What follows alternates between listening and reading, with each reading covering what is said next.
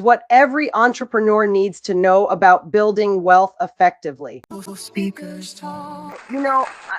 of the things that I notice about folks that are in business for themselves or building businesses is that they often put the cart before the horse. So they start automating things that aren't really ready to be automated yet. And I really believe that when it comes to financial freedom has a precursor, and the precursor is people. And no one ever got wealthy without involving other people into their process and into their wealth building. And so I think that is something that is really, really important to remember, is that you need to have people in your network that can actually help you build that wealth. So what I want to talk about today is how to build a network that actually builds wealth with you and for you. And really, whether you're in business for yourself or whether you have a corporate position, you still need a network that can help you in these three areas. So we'll start with the first of those three areas. The first one is that you need to surround yourself with knowledge partners. That is, people that can help you figure out the stuff that you don't know how to do, because you're always going to be really good at the thing that you're really good at.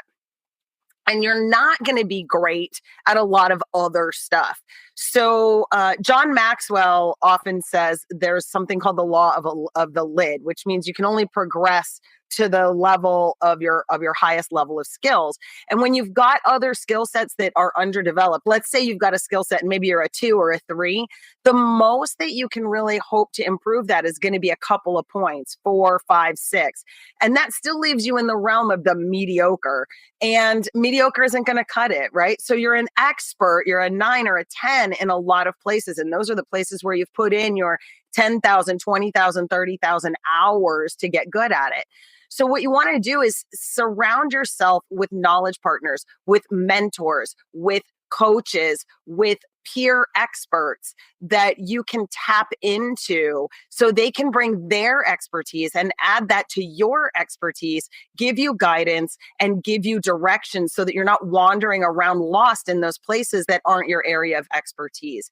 So that's number one. Number 2 is resource partners or support partners. Now, resources come in a lot of different forms. Resources can come in the form of a shoulder to cry on, a listening ear. Resources can be courses, books, any sort of tangible thing that someone can give you. It could come in the form of, I don't know, airline miles or an Airbnb that's sitting empty that you could stay in if you were traveling, a car that you could borrow. So we don't always have all the resources we need. And oftentimes we feel less than financially free because we don't have all of the resources that we need. But people around us have excess resources that they'd be willing to rent us or lend us or give us, depending on the level of relationship that we have. So to be financially free, again, don't think for a minute that you have to own all of the things that you need and know everything in order to get to where you want to go. If you have knowledge partners and you have resource partners, you're going to be that much wealthier because you're sharing what you have with them and they're sharing what they have with you. And then finally, I start looking for networking partners. Now, your networking partners are the people that can promote, connect, and refer you. Now, if you're in a corporate setting, that's how you get a promotion, right? You're looking for people that will advocate for you, people that that will walk you into an office, that will walk you into a deal, people that are going to help you get where you want to go. In business, we're looking for people that would promote us to their audience, promote us out in the world, share our message, put us on their stages, those sorts of things. Those are promotional partners. Then there are people that are going to be connectors. They're going to connect you to the people who can connect you.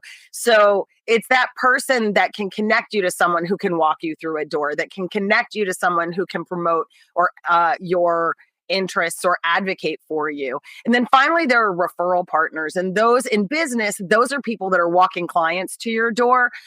In a corporate setting, those are people that are going to be referring you out to those knowledge and resource partners that can help you get ahead. And so when you start to look at how can I become financially free? It isn't always about making sure that your passive income exceeds your expenses, although that, that is a good rule of thumb, figuring out how to get income that you don't physically work for to outpace your expenses.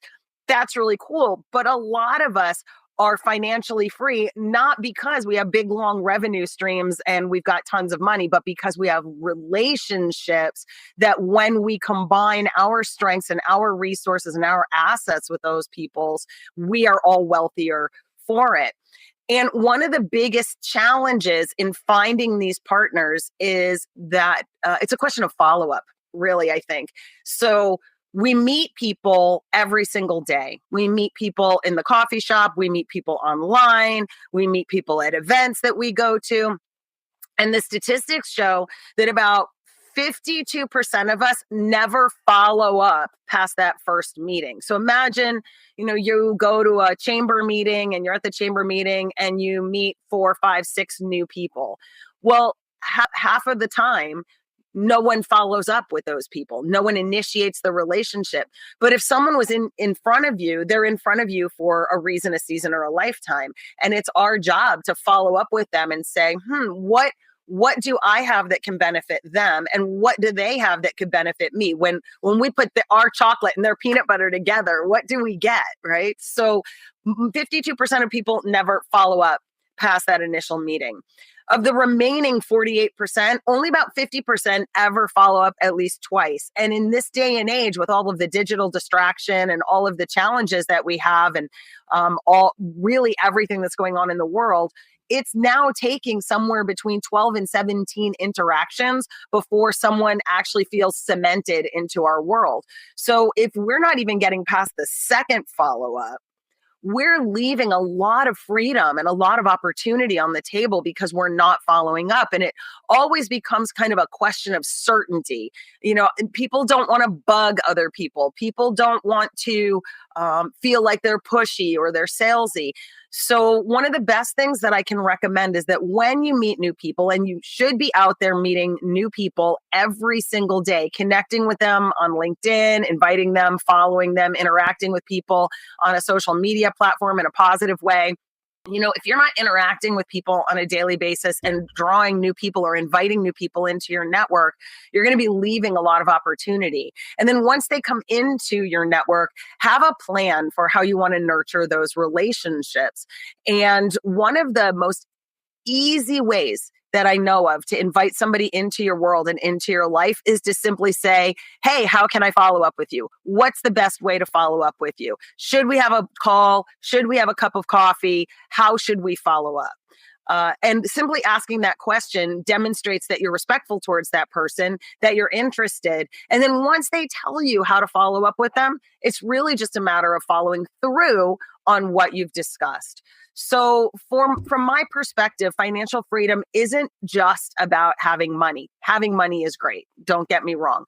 But I believe that we can do a lot more through relationships than we can do with cash alone. So from my perspective, a financially free life is a connected life with a curated community of people that share your values and your vision and want your success as much as you do, and that you want that for them too. And you're willing to combine your knowledge, your resources, and your networks so that you can build great things together.